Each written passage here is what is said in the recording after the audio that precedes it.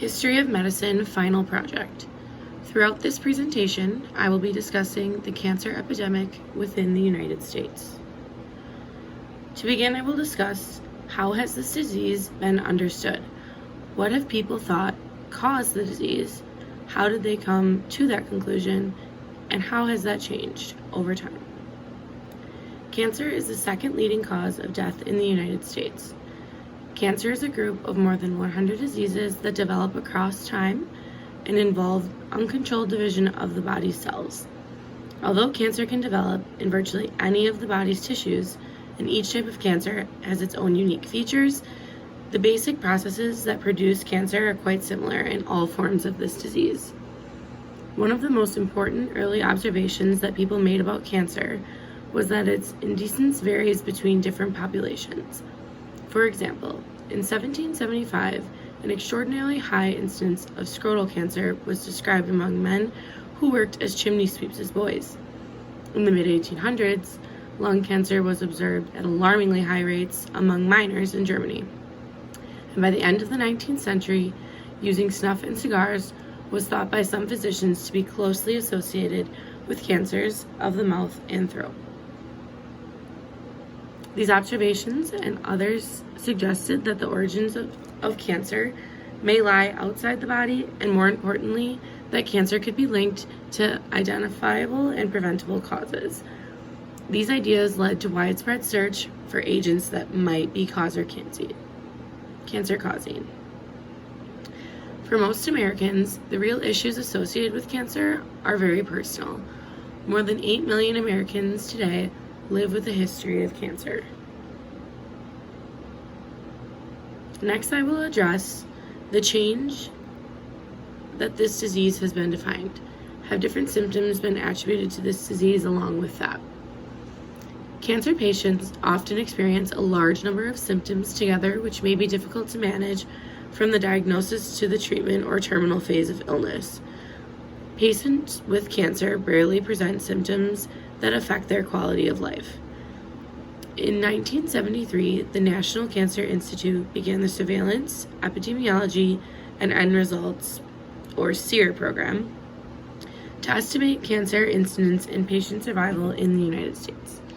SEER collects cancer incidence data in 11 geographic areas and 2 supplemental registries for a combined population of approximately 14% of the entire U.S. population. Data from SEER is used to track cancer incidence in the United States primarily by cancer site, race, sex, age, and year of diagnosis.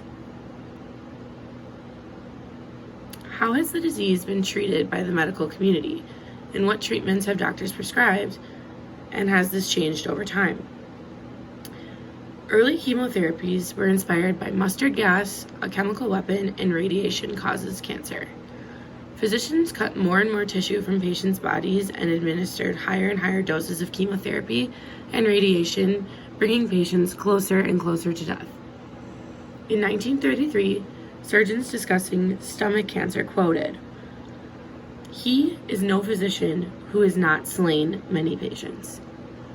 In 1962, a ward where children were administered multiple chemotherapy agents was called a butcher shop.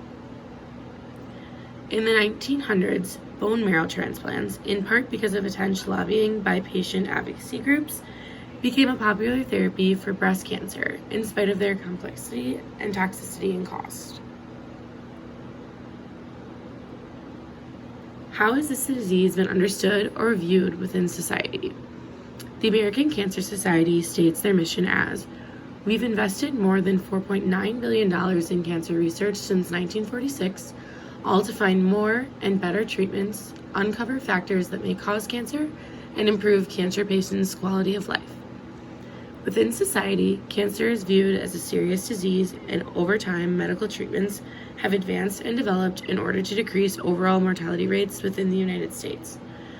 Cancer can be considered a social disease in the sense that cancer not only brings opportunities for fundraisers and money-raising events, but research can also create lifelong relationships within communities. Next, I will discuss the meaning of the image that National Trends in Cancer Death Rates is portraying. Between 2012 and 2016, overall cancer death rates decreased by an average of 1.8% per year for men and an average of 1.4% a year for women. 10 of the 19 most common cancers in men showed decreases in mortality, and 13 of the 20 most common cancers in women showed decreases in mortality as well. Thanks for watching.